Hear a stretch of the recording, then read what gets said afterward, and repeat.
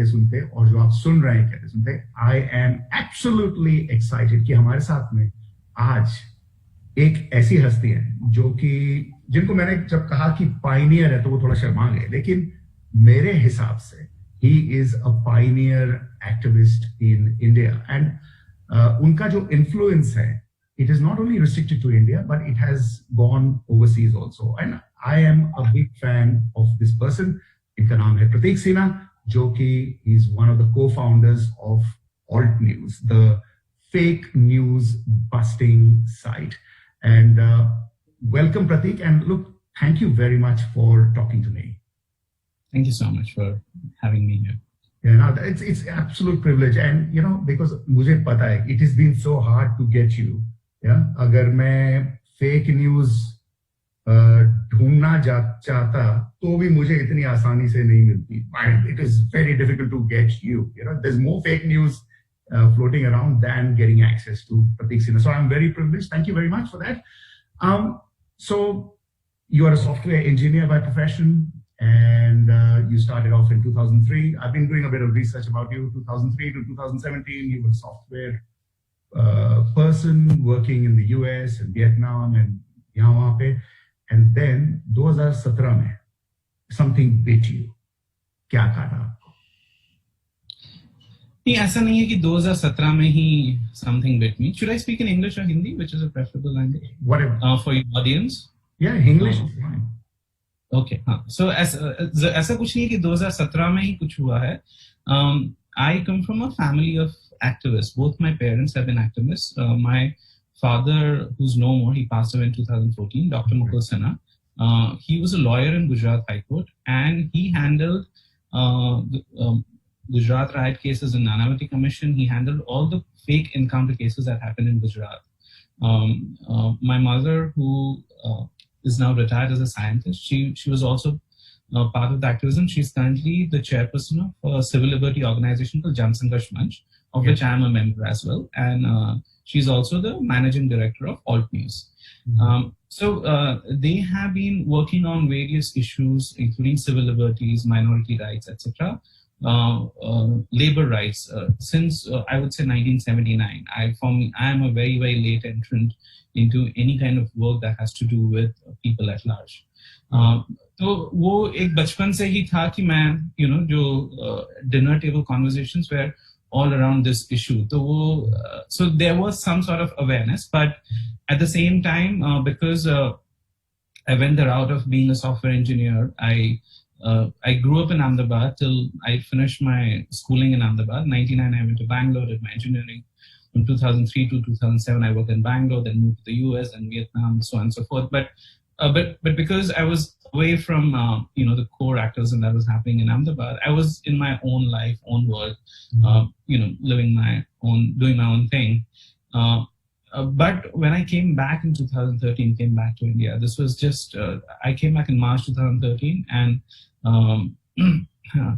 around I think September 2013 was when Mr. Modi was announced as a prime ministerial candidate for BJP. In their annual thing in Goa, I believe. So, but just a few months before that, in July 2013, a charge sheet came out of in a fake encounter case of a person called Ishrat Jahan, who was killed along with three other people. And the charge sheet stated that based on all prima facie evidence, the encounter is fake. So, because one of the people who was killed along with Richard Jahan, his father is one Mr. Pillai from Kerala. He was my dad's client. We had a lot of information. So we started collating all the information on a website called truthofgujarat.com. Yeah. And that is the first time I got some sort of knowledge about how media works, how to use my engineering skills into creating a website, this and that. So I'm trained for something much more, hopefully, but that is what I started doing. And then I got involved in all kinds of activism in 2016. I walked 10 days from Ahmedabad to Una when 4 Dalit boys were flogged in Una. And that was along with my mother and other members of Jan Sangharsh Manch. There was a group called Una Dalit Adhikar Ladak Samiti, UDALS, which was formed under the leadership of a person called Jignesh Mewani, who is now an MLA from Gujarat. And so along with them, all of us walked, and I did the social media campaign under a hashtag called Chalo Una. And that became very popular. So that is what led me to think that, and this was in August 2016, that is what led me to think that, maybe I could use my skills to do something which is in the public space. So the first draft for Alt News, what Alt News could look like, was written in September 2016. And then December 2016, I was a software contractor starting 2010. So I ended my final project in December 2016, and February 2017 was when Alt News was started. And look, let's come to this question of fake news. Jisko fake news, and it's quite ironic कि fake news जो term था वो Donald Trump साहब ने दिया था, and he's one of the biggest sort of generators of fake news, if you like. And India में, I mean, we live in the West, so यहाँ पे थोड़ा कुछ fake news को लोग question करते हैं. But what I have seen कि India में it is rampant. I mean, it's rampant everywhere, even in the US. In fact, Australian elections, जो last Australian elections day, it was decided on the basis of one fake news item. किसी ने कहाँ पे northern territory में किसी ने tweet किया कि भाई अगर आप लेबर गवर्नमेंट को लेके आएंगे अंदर तो there will be taxes on death, death taxes, and that went viral. And उसके पहले the Labour Party, and they were in opposition. They were sort of ahead in the polls. लेकिन जैसे ये फैला, they lost the election. Yeah, so we are all affected by fake news sometime or the other. But in India, I was listening to you, and you're talking of some billions of gigabytes of free access to the internet. And you were saying that कि जो rural growth हुआ है data usage का, that is what 25-30%. So we are talking huge numbers. Compared to that, हमारे यहाँ पे in a small country like Australia, we don't face the same thing. लेकिन propaganda, now this is an old thing, whether it was Julius Caesar or it was Hitler or या कांग्रेस जब India में थी तो उस टाइम पे भी I remember Times of India used to be the Congress paper, and Indian Express was the Chansung paper. तो जो editorial bias है या even जो अपने opposition का character assassination, this is not something that is new. So why the worry now? Firstly, so I would like to comment on the question as to whether West is more sick. I mean, does it impact equally India or the West? I think it depends on where the weaponization of misinformation is happening. For example, if you see what is happening in the US, in the Trump government, and the kind of propaganda websites that have come up from Breitbart.com to multiple of these websites, the amount of misinformation that is going on right now during the Black Lives Matter. So there is a tremendous amount of misinformation even there. It is just that there are more people who are standing up against misinformation in who have the ability to. So they are, from New York Times to Washington Post to everybody's fact-checking things. Washington Post has a continuous fact-checking thread, fact-checker sort of one huge story which is running on Trump.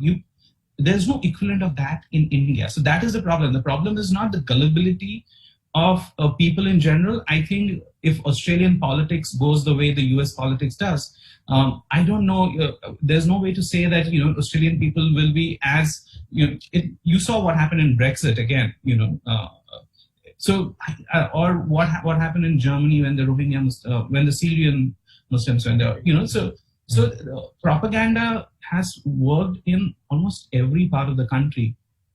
So I don't think the gullibility of people, because when you have a politics which is divisive, like what you have in the US right now, or what you have in India right now, people develop such strong biases that they fall for propaganda. They want to believe in things.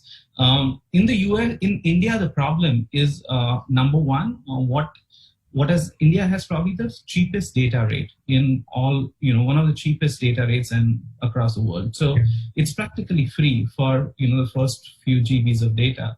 So people are consuming a lot of data, a lot of information, and at the same time, they have had very little exposure in terms of digital literacy. In many other places, people started accessing internet when email had just come. You were still dialing on a 56.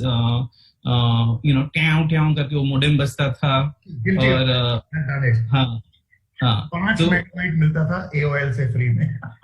हाँ तो तब से लोग शुरू करे तो एक people have a history of to internet. I myself started using internet in 1999, so I know that okay, hoaxes were there even back then. It is not something new.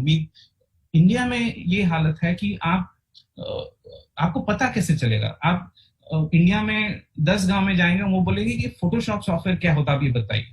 कितना परसेंटेज बता पाएगा कि फोटोशॉप सॉफ्टवेयर क्या होता है? अभी अगर आपको पता ही नहीं है कि फोटोशॉप नाम का एक सॉफ्टवेयर है, तो आप कैसे पता करोगे कि इमेज को मैनिपुलेट किया जा सकता है? यानी we all grow up with the belief is that see what you believe. I mean कि आप जो देखो उसको ही, सुनी सुनाई बात मत मानो, आप जो देखो उसको बिलीव करो. मगर you can't even go with that idiom anymore. You cannot see whatever you see may not be the reality.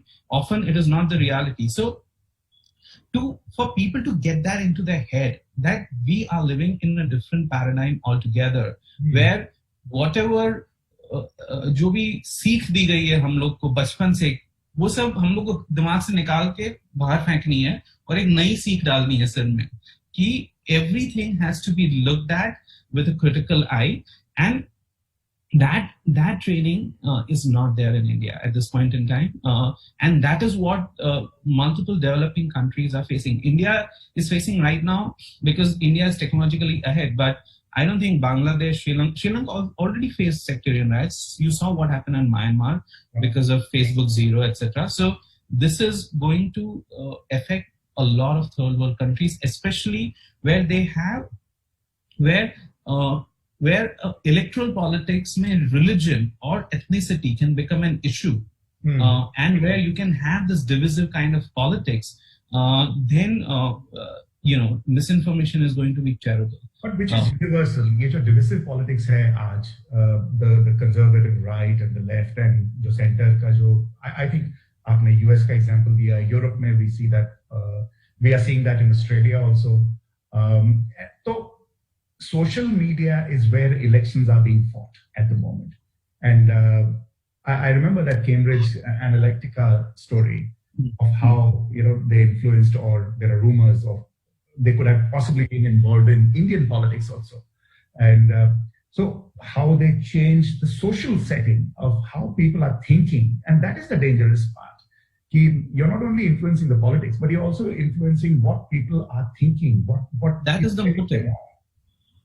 And yes. You raise that point कि झारखंड में वो somebody raised the bogey कि भाई वो कोई बच्चों को किडनैप करने वाले आ रहे हैं, and वो विजिलेंटे ग्रुप बन गए, 7-8 लोगों ने, they lost their lives just based on a rumor. And so that is very dangerous. But social media पे, and I was talking about this to a lot of friends, क्योंकि हम लोग social media पे बहुत सारी dueling करते हैं यहाँ पे कि भाई ये गलत है, सही है, कोई लिखता है, गालियां देते हैं, troll होते हैं, etc. So मुझे a lot of people tell me कि भाई ये कोई फायदा नहीं है, because people are, as you use the term, in their bubble. वो कोई right wing का bubble है तो उसके अंदर है, it's an echo chamber. वो लिखते हैं, दूसरे ताली बजाते हैं, वो लिखते हैं. आप एंटी बीजेपी चले जाओ उस ग्रुप में तो वहां पे same thing. So we are operating in a bubble. So what I see, we can't change people's minds through logic. आप लॉजिक दें वो नहीं चलता, आप बहस करें तो आपको गालियां पड़ती हैं. So what is the point of busting fake news then? नहीं, तो we have to go back to understanding what governs elections, and because you brought up the point of Cambridge Analytica, what did they do? And that answer lies there. You're right that more or less people have formed their opinions, okay? But there's always this vote which is shifting. It is not all 100% here, 100% there. There is this fringe vote. Now, if you read more about Cambridge Analytica, what they did was they figured out which are the fringe states in the US where the vote shift could lead the election this way or that way. Yeah. And there was, what is Cambridge Analytica? So they had multiple data points. There was a game which was designed by this person who has now become a whistleblower, who came out, he himself designed this game, and Facebook had a bug, whether it was intended, non-intended, we can't comment on that. But Facebook had a bug through which this person was able to extract a lot of data, including what page you like. Your Facebook activity tells a lot about your likes and dislikes. So he was able to extract a lot of data, which he sold to Cambridge Analytica. Cambridge Analytica used that data to put targeted ads to these swing states, okay, to shift the opinion in favor of Trump. And that is what Cambridge Analytica is. So to your question, does it make a difference in the larger scenario? I don't know if we are making a difference or not. But what I can say is that propaganda, even if people are neatly divided into two different camps, the way social media works and the way these mechanics work is they work on a swing vote. Okay, how to push the swing vote here or there. It's a different matter that India had a very, very, in India there was, the election results show that the results are completely one-sided. But I'm not talking about just India, because this is a more general question. In electoral politics, where these things matter is swing vote. And the other thing that we also forget is that these companies itself, Facebook, Twitter, etc., they are not transparent companies. Facebook, Twitter, Google, they are not completely transparent companies. You don't know, you are thinking that you are on a platform which is neutral to both sides, but that may not be the case. It is quite possible that there's government interference, because business and lobbying and governance are so intricately linked that there is quite a possibility that these social media companies, and which has been shown time and again, that for example, what happened in Myanmar, Facebook did not act till the point the exodus of Rohingya Muslims started. So time and again, it has seen that these social media companies work with the government and there are these things that creep in terms of policies, etc., which render the platform as no longer as neutral. So while we may think that we are on a neutral sort of platform where everybody is getting a democratic right to put their opinion, that may not actually be the case. So जब हम लोग बात करते हैं कि भाई ये Twitter और व्हाट्सएप और जैसे आपने कहा, तो और इंडिया में बहुत सारी वेबसाइट्स हैं जैसे कि who are quite notorious for generating fake news, especially जैसे postcard news या Namo again, I see a lot of information coming out from them.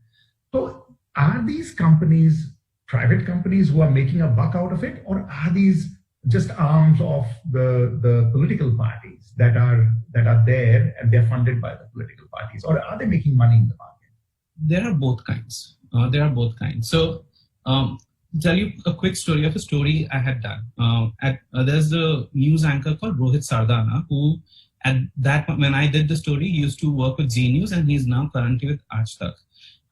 One day, a Twitter hashtag started trending in India, which said, "I support Rohit Sardana," and the claim was that there are some X number of fatwas issued against him. Okay.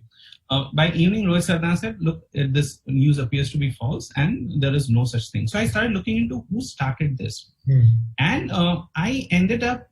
I won't go through the entire investigation, but I ended up on a website which was called newspool.com, newspool.com or newspool.in, one of the two. And I found who was running that website. I found the Facebook profile of the person, and this person looked like a boy. He looked very, very young. So anyway, so I put, and there was a screenshot on his Facebook profile said that I have received some 18,000, 19,000 rupees from an organization called AdNow, for the website that for the ads that he had posted on his website. Okay. ये story लिख के मैंने रख दी. Next day मुझे एक anonymous US number से message आता है कि भैया मैं वही हूँ जिसके बारे में आपने स्टोरी लिखी थी. सो मैंने उसको बहला फुसला के बोला कि आपका इंडियन नंबर दो, मैं फोन करता हूँ आपको. तो उसने इंडियन नंबर दिया, मैंने उसको फोन किया. He turned out to be somebody who was studying in 12th standard. He was 16, 17 years old. And Ranchi में रहता था, और उनके फादर रांची के पास एक गांव में ही वाज अ फार्म हेल्प. उनकी तनख्वाह शायद थी 6-7 हजार रुपया. ये बंदा बोल रहा है कि आपने 20,000 लिखा है, मगर मैं एक्चुअली कमाता हूँ करीबन 40,000 रुपया महीने का, और मैं ये करता हूँ तो मुझे पैसा आता है, अगर मैं सही लिखूंगा मुझे कौन पैसा देगा? बात सही है। ठीक है, तो ये एक है जहां एक फाइनेंशियल मॉडल है जो यंग लड़के, the youth has figured out कि एक फाइनेंशियल मॉडल है. मैं आज ही एक वेबसाइट पे काम कर रहा था जहां मुझे लग रहा था कि एक फाइनेंशियल मॉडल है. पोस्ट कार्ड न्यूज थोड़ा अलग है, उन लोगों ने भी एड्स डाला होगा, उधर भी पैसा आया होगा, but post card news is run by a person called Mahesh Vikram Hegde. Mahesh Vikram Hegde, and this organization is notorious. I mean, there is no doubt that the amount of misinformation that they put out is just huge. But Mahesh Vikram Hegde gets to share stage with people like Amit Malviya. Amit Malviya is the head of BJP IT Cell Communications in a conference which also has Nirmala Sitharaman. When Mahesh Vikram Hegde gets arrested for something, and I'm not talking about whether a person should get arrested for posting something on social media. My views have changed over a year, and I do not believe that error should happen. But when he did get arrested, everybody in BJP came and defended him. So there's also people who put out misinformation and who have political connections, and they do it for the politics of it. So there are both kinds, and there'll be some who have political connection, who are doing it because of ideological leaning or because of political connections, and are also making a quick buck on the side. And it is encouraged to make a quick buck on the side because at the end of the day, these organizations also need to be financially, they need to have their own finances, right? They are businesses at the end of the day. Politics cannot just completely run. So the people who are running it, there are many people who are running these propaganda engines. They also have, they also come from a business background. For example, Op India's CEO is a pass out of IIM Ahmedabad. You know, he ran a startup. He ran a startup in the past, which was around satire. You know, he used to do satire around news, and which got taken over by News 18. So he has run a successful business in the past, and he's come and doing Op India. So it is not that they don't have the business sense and things like that. So so it is a bit of both. Yeah, and at the same time, we got the ridiculous fake news. जैसे आजकल वो मोदी जी के पीछे राम जी खड़े हैं उनका हाथ पकड़ के, and you know, even though it's just a cartoon Ram ji हैं, but there are people who believe that kind of nonsense कि इनके ऊपर इनकी किस्मत अच्छी है, हमारे प्राइम मिनिस्टर साहब की, उनकी किस्मत will rub off to India. So वो तो blatant stupidity हो गया. लेकिन जो subtle जो fake news है, और जैसे संबित पात्रा साहब जो हैं, अभी थोड़े दिन पहले I think that was part of your website also, that he is one of the most notorious people for sort of retweeting or sending out fake news. But what happens जब ये पकड़े जाते हैं? Is there an apology? Is there something? Is there contrition? So the image that you're talking about, yes, people know that that of course, you know, that is not possible when you're putting Mr. Modi. See, this is not new, by the way. Even Sonia Gandhi has been portrayed as Durga. This is not new, that politicians are in India portrayed as a form of God. It is not new at all. Even Indira Gandhi has been equated to Durga. So this has been happening for a very long time, and it is unfortunate how religion and politics are linked in India. So this is a continuation of that. I don't call that misinformation because people know that cannot happen. That is just to put this, you know, put this religious notion into this. The other thing that you spoke about is multiple individuals, including Mr. Patra, who often put out misinformation. And he is a BJP spokesperson. Of course, he has never regretted putting out misinformation, at least not to my knowledge. He does that again and again. So and so do certain news anchors who are like BJP spokespersons, perhaps more than BJP spokespersons at times. And they also put out misinformation again and again. So no, there is no regret. This is part of propaganda. This is what quote unquote New India is all about, where facts don't matter. So when I come across, say, a news item on WhatsApp, somebody say my brother forwards it.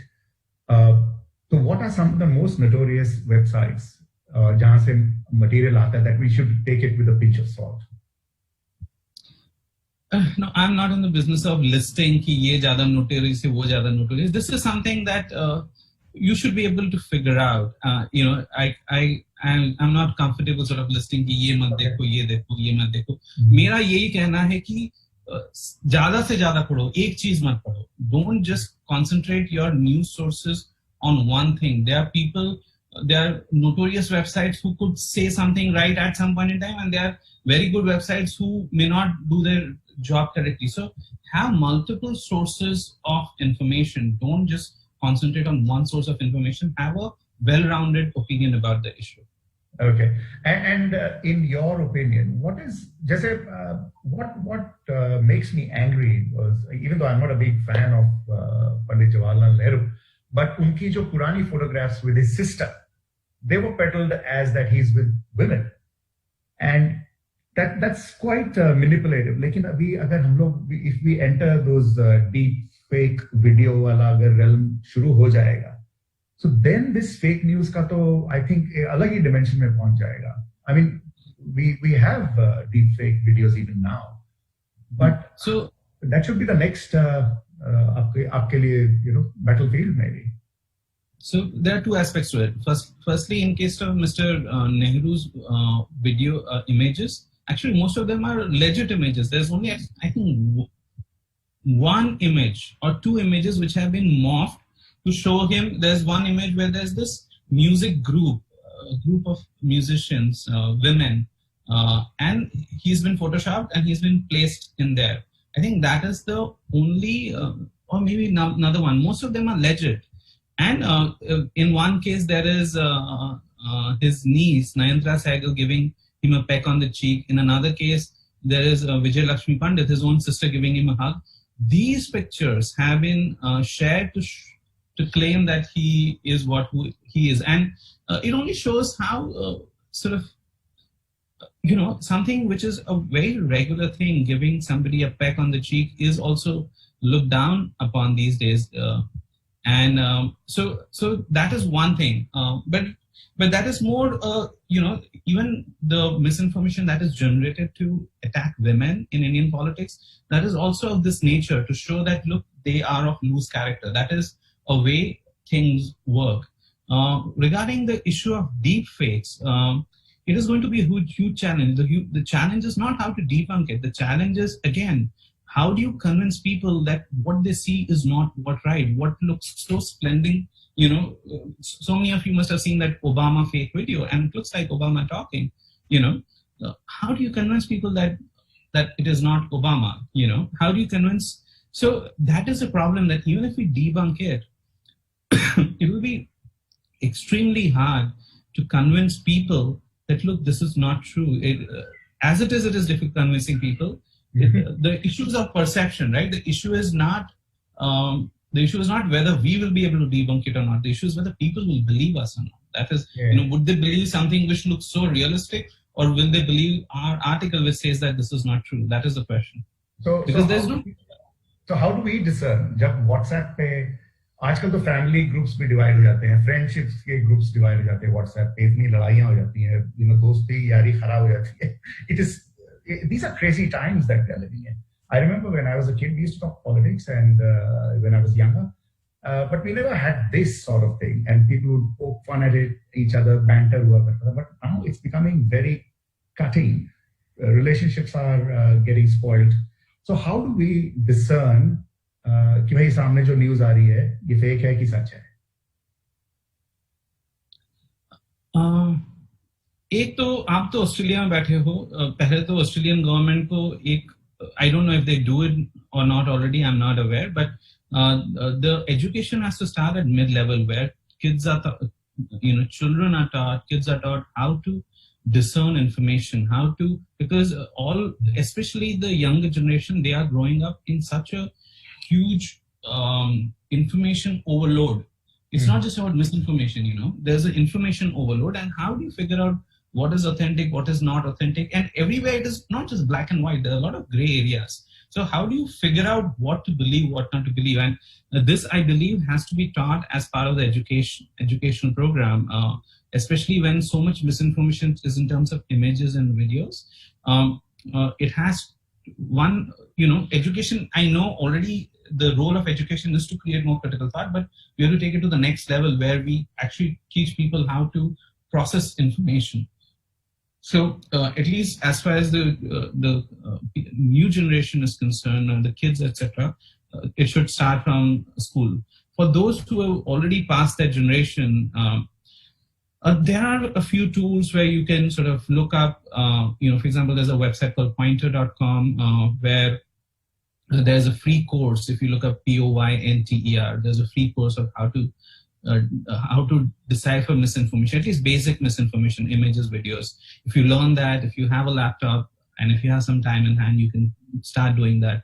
I think there are fact-checking initiatives outside from Australia as well. I'm not sure which ones are there, but there are a few fact-checking initiatives like ours, which are IFCN certified. There's a body called IFCN, International Fact-Checking Network, which is again a sort of part of Poynter Institute. And so all of us are associated with this IFCN thing. We are signatories of this body. And so look up more fact-checking websites, create more fact-checking websites. I mean, at the end of the day, I think it is, whether it is India or Australia, whatever Alt News is doing, we should be doing that on dinner tables. That is, let's say if there's a conversation around a WhatsApp thing and we can quickly show that, look, this is not true, and so that is what needs to be done, where fact-checking is something that we have to do from a day-to-day basis because there is so much information and so much misinformation around us. Right. Thank you, Pratik, for that. I think that's all we have time for. I really appreciate कि आपने इतना time निकाला हमारे लिए. And look, this is not the last time we are speaking to you. I'm sure in the next few months we will again contact you. And thank you very much for this time. I appreciate this. And thank you on behalf of Kehte Sunte Australia to you. Okay. Thank you so much.